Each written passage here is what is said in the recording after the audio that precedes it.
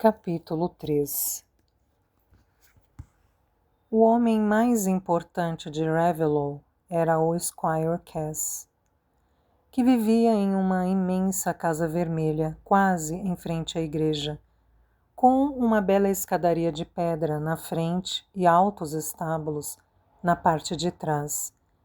Ele era apenas um entre os proprietários de terras da aldeia, mas destacava-se por ser o único com o título de Squire.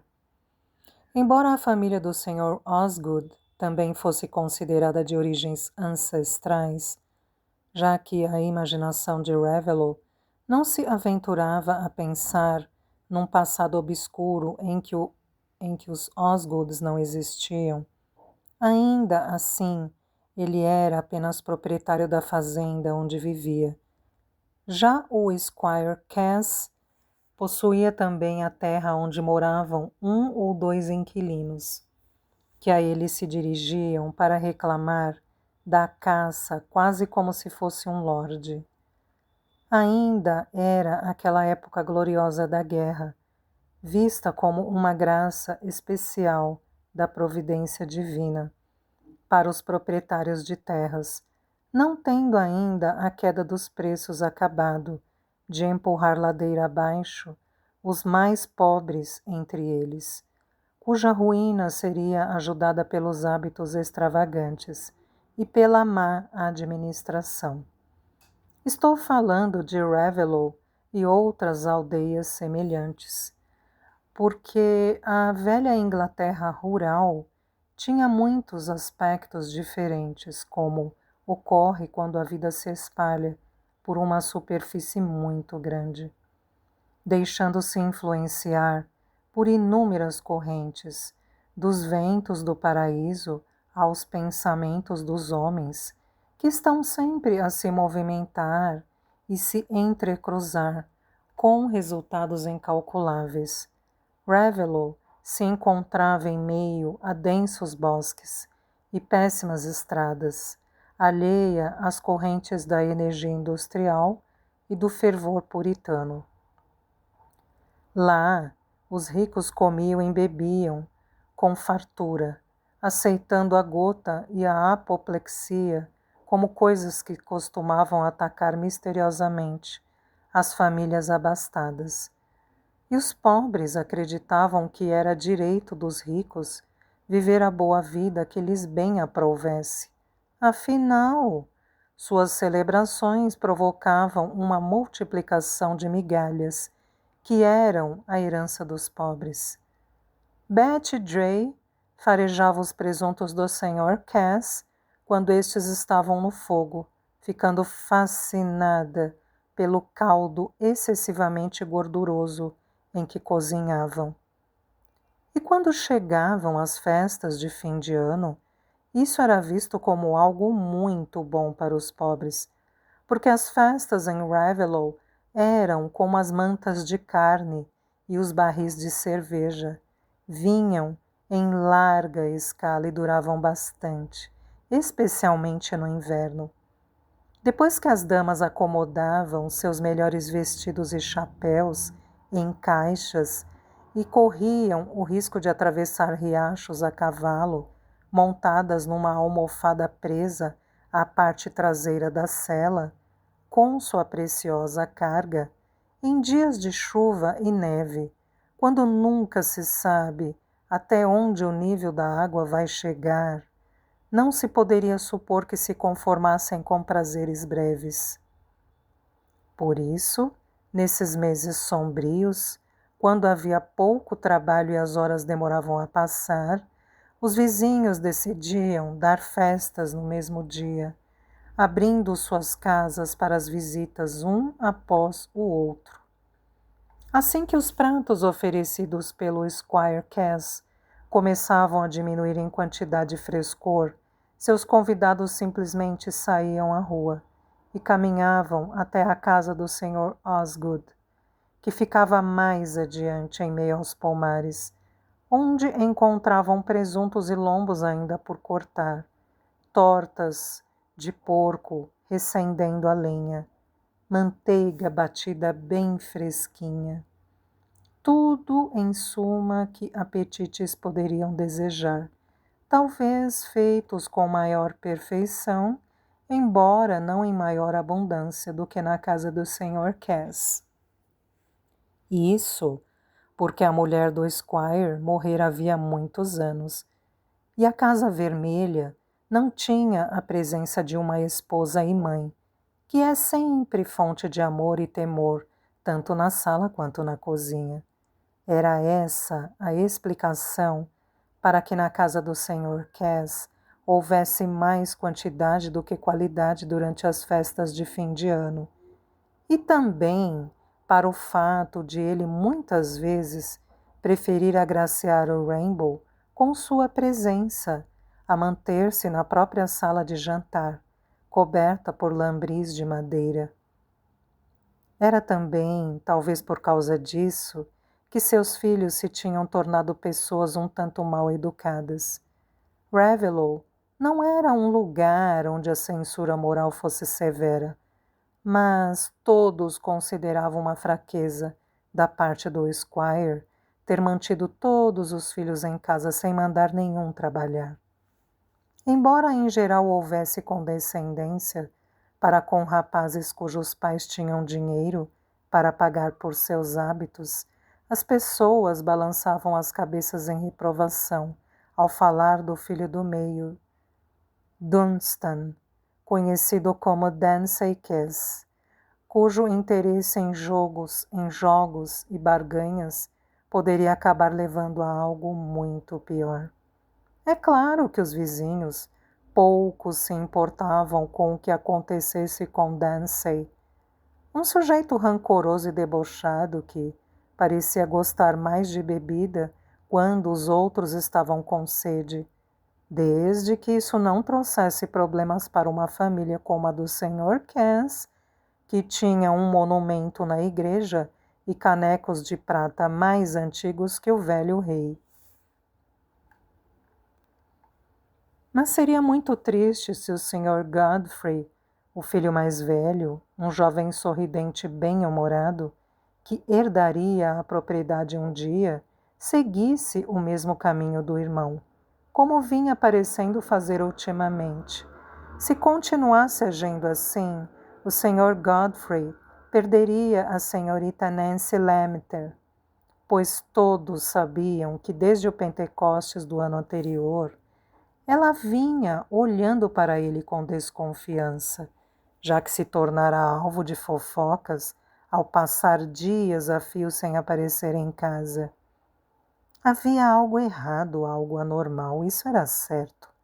O Sr. Godfrey já não parecia tão sorridente e jovial como antes. Antigamente todos diziam que casal bonito ele e a senhorita Nancy Lammeter formariam. Se ela se tornasse a senhora da Casa Vermelha, ocorreriam mudanças muito boas, porque os Lammeters sempre foram assim. Nunca desperdiçavam nenhuma pitada de sal, mas sempre davam tudo de bom e do melhor para os empregados, de acordo com a função de cada um. Uma nora dessas seria a salvação para o Squire, mesmo se não tivesse fortuna. Porque o problema era que, apesar de ter uma renda alta, o Sr. Cass estava com o bolso todo furado. Agora, se ainda por cima o Sr. Godfrey arranjasse alguma novidade, talvez tivesse de dar adeus à senhorita Nancy Lammeter. Esse era mesmo Godfrey, o rapaz antes jovial, que agora estava de pé com as mãos nos bolsos e de costas para o fogo, junto aos lambris de madeira da sala de jantar, numa tarde em fins de novembro, naquele 15º ano, desde a chegada de Silas Marner a Raveloe. A luz cinzenta morria aos poucos sobre as paredes decoradas com espingardas, chicotes e caudas de raposas sobre os casacos, e chapéus jogados nas cadeiras, sobre os canecos de prata que exalavam um cheiro de cerveja velha, e sobre o fogo mortiço da lareira com os foles amontoados nos cantos da chaminé. Eram sinais de um ambiente doméstico, desprovido de qualquer formalidade, com o qual o olhar sombrio e preocupado no rosto pálido de Godfrey combinava perfeitamente. Ele parecia à escuta e à espera de alguém. Até que, afinal, o som pesado de passos acompanhado por um assobio fez-se ouvir no grande vestíbulo vazio. A porta se abriu e entrou no cômodo um jovem atarracado e pesadão, exibindo o rosto rubro e a alegria gratuita, que são as marcas do primeiro estágio da embriaguez. Era Dempsey, e ao vê-lo o rosto de Godfrey perdeu um pouco de sua tristeza, substituída por uma expressão mais enérgica, a da raiva. O belo spaniel marrom que estava na sala refugiou-se embaixo de uma cadeira junto à lareira. Bem, Sr. Godfrey, o que quer comigo? Disse Dempsey, num tom de deboche. É mais velho e melhor do que eu, não é verdade? Já que mandou me chamar, eu não podia deixar de vir. Bem, o que quero é o seguinte. E por favor, tente ficar um pouco mais sóbrio e escutar o que tenho a dizer, retrucou Godfrey furioso, embora também houvesse bebido mais do que devia, tentando transformar a própria melancolia numa raiva intrépida. Quero lhe dizer uma coisa. Preciso dar ao nosso pai o aluguel de Fowler. Senão serei obrigado a confessar que entreguei o dinheiro a você. Ele está ameaçando fazer o distrato se não receber, e logo a verdade virá à tona, mesmo que eu não conte nada. Acabou de me dizer antes de sair que ia dar ordens a Cox para proceder com o distrato, caso Fowler não apareça para pagar as dívidas ainda esta semana. O Squire está com pouco dinheiro e sem paciência, e sabe muito bem o que já ameaçou fazer, caso pegasse você mexendo no dinheiro dele outra vez. Por isso, faça o favor de arranjar o dinheiro e rápido. Ouviu? Ah!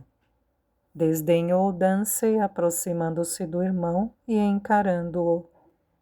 Que tal, então, você arranjar o dinheiro e me poupar do trabalho?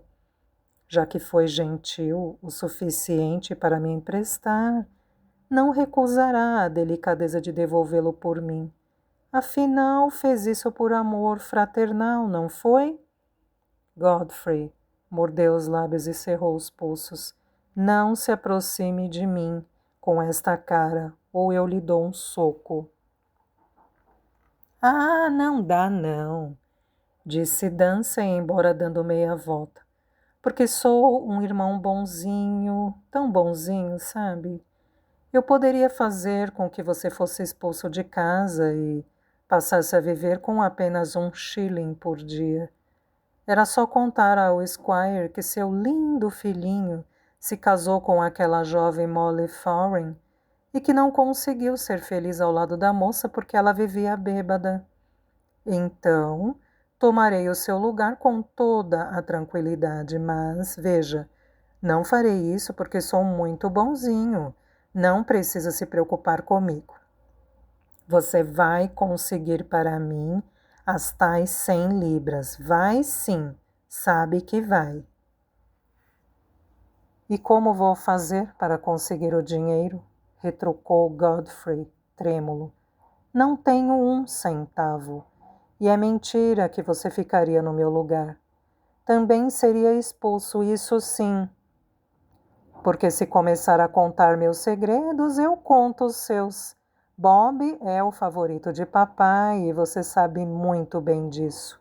Ele acharia ótimo se livrar de você.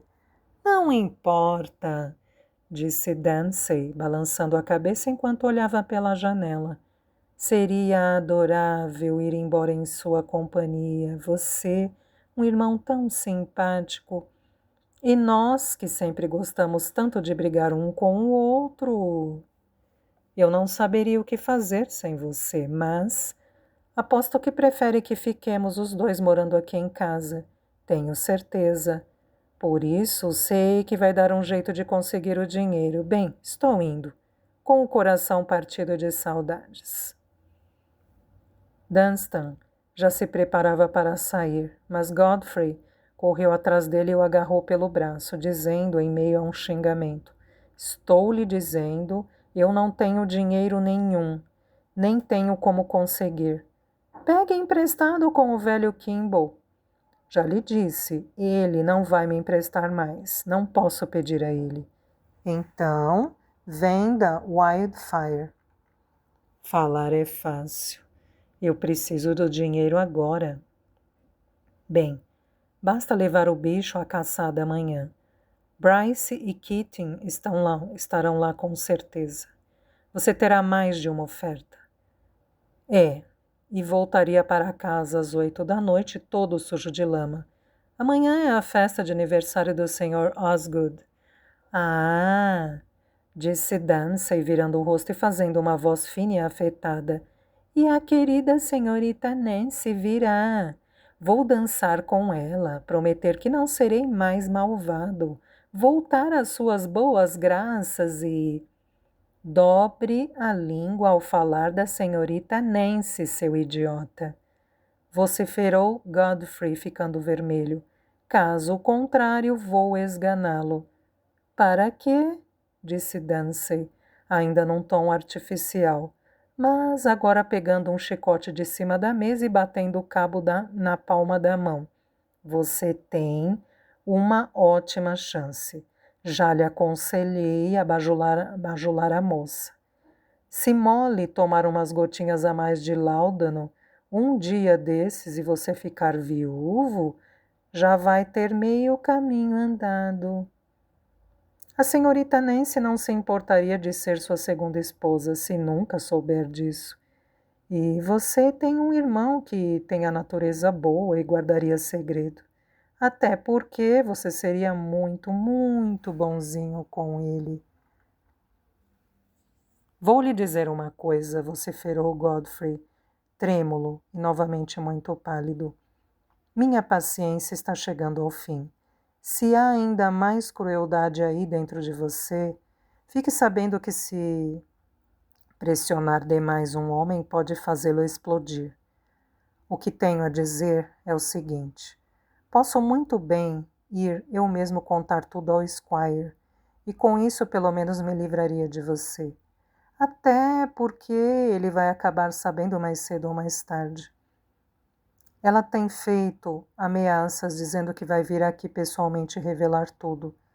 Por isso não fique se gabando e dizendo que o segredo vale tanto assim. Você me arranca dinheiro a ponto de me deixar sem nada para calar a boca da mulher. Ela vai acabar cumprindo as ameaças, dá tudo na mesma. Vou eu próprio contar a meu pai e você que vá para o inferno. Dancy percebeu que tinha ido longe demais, que havia um momento em que até mesmo Godfrey, tão hesitante, acabaria por tomar uma decisão.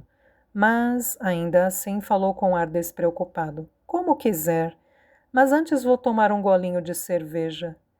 E tocando a sineta, jogou-se atravessado sobre duas cadeiras, enquanto raspava o cabo do chicote no espaldar. Godfrey ficou ali de pé ainda, com as costas voltadas para o fogo, remexendo nervosamente as mãos, dentro dos bolsos laterais de olhos fixos no chão. Sua silhueta grande e musculosa evocava uma coragem selvagem, mas não o ajudava a tomar uma decisão, pois ele se via diante de perigos que não podiam ser resolvidos nem com socos nem com esganações.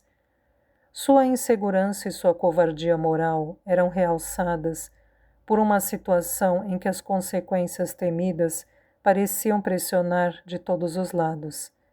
Mal sua irritação o fizera desafiar Dunstan, antecipando-se a qualquer traição, e já as misérias que tal passo traria lhe pareceram insuportáveis, mais até do que o tormento do presente.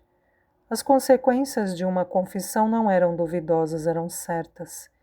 e a traição era só uma possibilidade.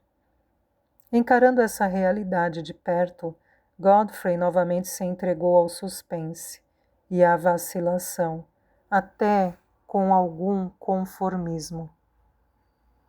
O filho deserdado de um homem rico, inapto para trabalhar ou pedir dinheiro, seria tão inútil quanto uma árvore arrancada pela raiz, a qual, com a ajuda de terra e céu, se transforma num belo monte no mesmo lugar, onde um dia cresceu. Talvez fosse possível imaginar-se labutando com alegria, se ao menos, com isso, ele conquistasse Nancy Lemaitre. Mas, como era certo que a perderia assim como a herança, devendo romper todos os laços, capazes ainda de regenerá-lo e transformá-lo num homem melhor, não podia imaginar outro futuro para si a não ser alistar-se como soldado. E este era o passo mais desesperado, quase suicida, aos olhos das famílias respeitáveis. Não. Era melhor depender do acaso do que de sua própria resolução. Melhor continuar na festa, bebendo do vinho que amava, mesmo sentindo a espada pendendo sobre sua cabeça e o terror abrigado em seu coração, do que ter de sair e encarar a escuridão gelada, onde já não encontraria qualquer prazer. A concessão suprema a ser feita a Dunstan a respeito do cavalo começava a lhe parecer algo fácil, se comparada à ameaça aventada por ele próprio. Mas o orgulho impediu que Godfrey retomasse a conversa. Dunstan esperava por isso, pois bebia a cerveja em pequenos goles, menores do que de costume. É bem típico de sua parte, disse Godfrey de repente num tom amargo, falar de vender Wildfire com toda essa frieza. Ele é a última coisa que me resta e o melhor cavalo que já tive na vida. Se você tivesse um pingo de orgulho, ficaria envergonhado de ver os estábulos vazios e todos zombando de nós. Mas estou certo de que seria capaz de vender a si próprio, nem que fosse só pelo prazer de fazer alguém achar que fez um mau negócio. Está bem, disse Dunstan, num tom apaziguador. Estou vendo que você me faz justiça. Sabe que sou um mestre em atrair as pessoas para uma barganha. Por isso aconselho a deixar que eu venda Wildfire. Eu próprio levarei amanhã a caçada com todo o prazer. Não ficarei tão bonito quanto você na cela, mas, afinal, eles estarão interessados no cavalo e não no cavaleiro. Sim, acho que... Mas eu lá vou confiar meu cavalo a você? Faça o que quiser, retrucou Dunstan, tornando a chicotear o banco da janela com um ar despreocupado. É você quem entende pagar o dinheiro de Fowler. Não é problema meu. Você recebeu o dinheiro dele quando foi a Brancolt e disse ao Squire que a quantia não tinha sido paga.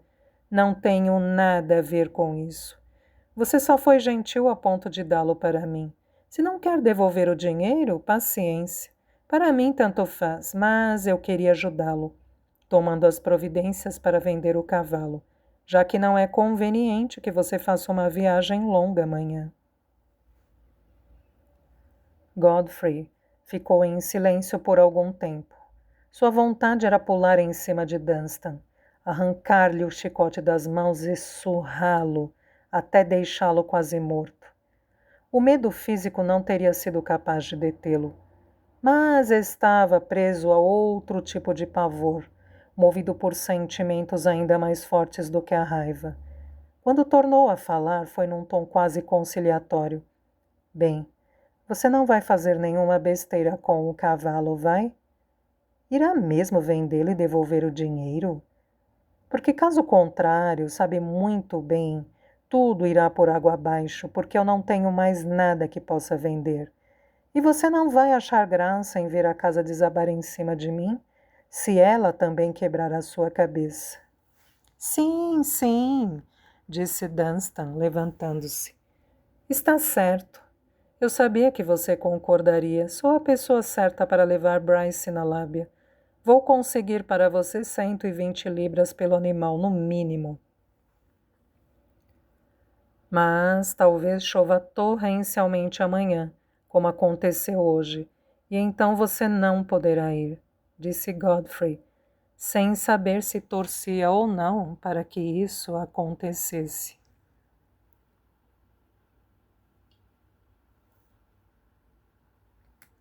Ah, isso não, retrucou Dunstan. Sempre tenho sorte com o tempo. Choveria se você decidisse ir por sua própria conta. Você nunca tira os trunfos, eu sim. É o tal negócio. Você saiu com a beleza e eu com a sorte.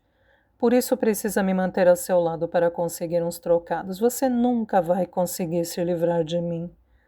Pare de dizer bobagens, disse Godfrey ríspido.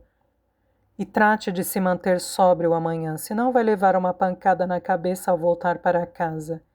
E a venda de Whitefire terá sido em vão. Acalme seu coraçãozinho, disse Dunstan, abrindo a porta. Você nunca me viu ficar bêbado quando tenho um negócio a tratar. Não teria graça. Além disso, quando eu caio, caio de pé. Em seguida, Dunstan bateu a porta atrás de si e deixou Godfrey ruminando amargamente a própria situação, que estava cada vez pior, só lhe restando as caçadas, as bebedeiras e os jogos de cartas, para não falar no prazer menos óbvio e mais inesquecível de estar com a senhorita Nancy Lammeter. As súbitas e variadas dores derivadas da sensibilidade mais sutil das pessoas mais refinadas talvez pareçam menos lamentáveis do que aquela terrível ausência de prazer impessoal e consolo que deixa mentes mais rudes na perpétua companhia de suas desgraças e infelicidades. As vidas daqueles antepassados rurais que tendemos a encarar como figuras muito prosaicas, homens cujo único trabalho consistia em cavalgar por suas terras, ficando cada vez mais pesados nas celas, e que passavam o resto das vidas sustentados pelo prazer meio melancólico, dos sentidos embotados pela monotonia, tinham, apesar de tudo, um quê de comoventes. As calamidades lhes aconteciam também, e seus erros da juventude tinham graves consequências. Talvez o amor de alguma doce donzela, imagem da pureza, da ordem e da calma, lhes tivesse feito vislumbrar uma vida na qual os dias não parecessem tão longos, mesmo não ocorrendo revoltas de camponeses. Mas a jovem foi perdida, a visão se desvaneceu, e só o que lhes restou, principalmente depois de se tornarem pesados demais para as caçadas, ou para carregar uma arma pelos campos, foi beber até ficarem alegres, ou beber até ficarem com raiva, conformando-se com a falta de variedade, e dizendo com grande ênfase as mesmas frases o ano inteiro. Sem dúvida, entre esses homens corados e de olhos baços, havia alguns que, graças a uma bondade inata, nem mesmo as revoltas jamais tornariam brutais. Homens que na juventude haviam sentido a pontada aguda do remorso e do pesar, sido feridos pelas certezas em que se apoiavam, ou que haviam posto sem pensar os membros em grilhões dos quais nada seria capaz de libertá-los. E nessas circunstâncias comuns a todos nós, os pensamentos de tais homens só encontravam descanso ao enveredar mais uma vez pelo antigo caminho de sua história irrelevante. Era esse, pelo menos, o caso de Godfrey Cass, naquele 26º ano de sua vida.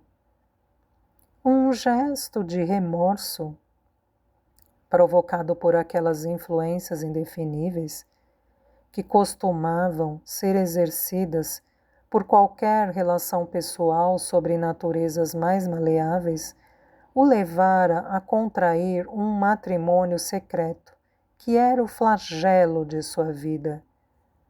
Era uma história horrível de paixão vil, ilusão, e despertar dessa ilusão que é melhor não extrairmos da memória amargurada de Godfrey. Havia muito. Este sabia que tal ilusão fora em parte resultado de uma armadilha criada para ele por Dunstan, que vira no casamento degradante do irmão um meio de vingar seu ódio e seu ciúme, e também satisfazer sua ganância.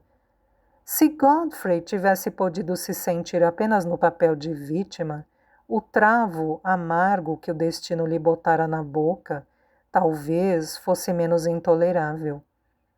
Se as pragas que murmurava quando estava só fossem apenas contra o ardil diabólico de Dunstan, talvez não temesse tanto as consequências de uma confissão.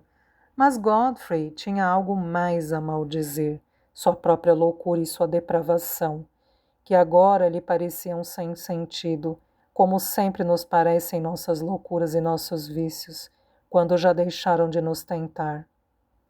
Durante 4 anos, ele pensara em Nancy Lemmeter, cortejando-a com idolatria e paciência tácita, considerando-a a mulher que o fazia olhar para o futuro com alegria. Ela seria sua esposa, criaria para ele um lar adorável, como jamais fora a casa de seu pai. E quando estivesse sempre por perto, seria fácil deixar de lado aqueles hábitos levianos que não eram prazeres, mas apenas uma maneira febril de afastar o tédio. A natureza de Godfrey era essencialmente caseira, mesmo tendo ele sido criado num lar sem sorrisos, onde os hábitos diários não eram marcados pela presença da disciplina. Sua índole preguiçosa o fizera adquirir sem resistência os costumes da família, mas a necessidade de uma afeição permanente, a ânsia por uma influência que tornasse a virtude que ele almejava mais fácil de alcançar, faziam com que a pureza, a retidão e a ordem da casa dos Lemmeters, aquecida pelo sorriso de Nancy, lembrassem aquelas horas frescas da manhã, quando as tentações estão adormecidas e os ouvidos abertos para a voz do anjo bom, que nos atrai para a diligência, a sobriedade e a paz. Mas nem mesmo a esperança de tal paraíso fora suficiente para salvá-lo de um ato que o afastaria dele para sempre. Em vez de segurar com força no fio de seda com o qual Nancy o puxaria para a margem relvada, onde seria fácil andar com firmeza, ele se deixara afundar no musgo e na lama, onde era inútil se debater. Construíra para si próprio grilhões que o roubaram de qualquer aspiração virtuosa e que eram agora motivo de sua constante exasperação.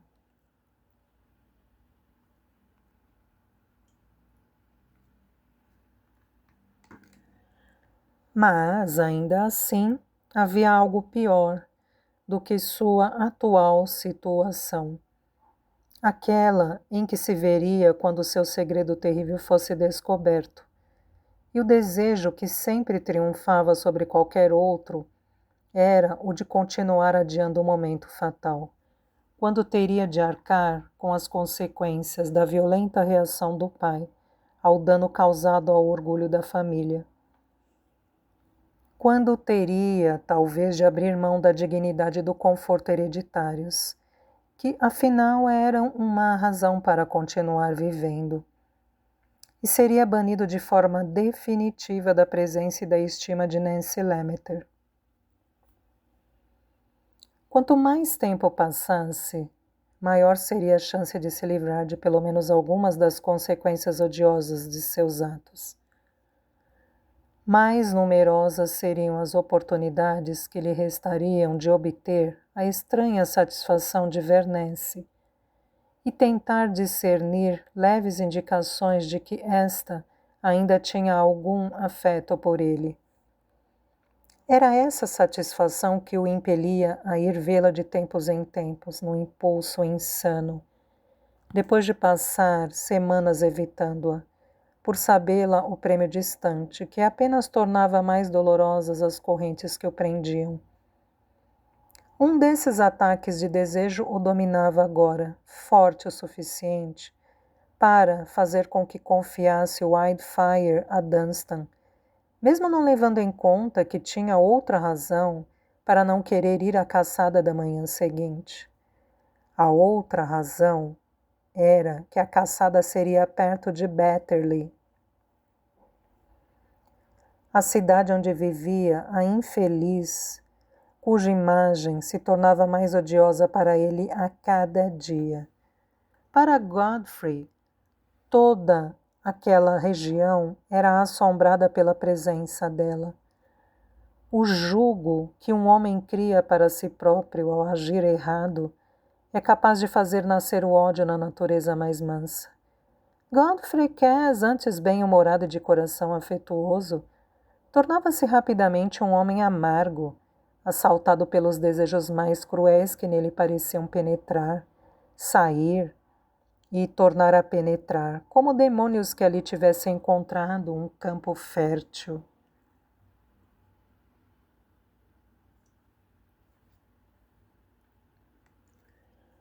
Como ele ia passar o tempo naquela noite?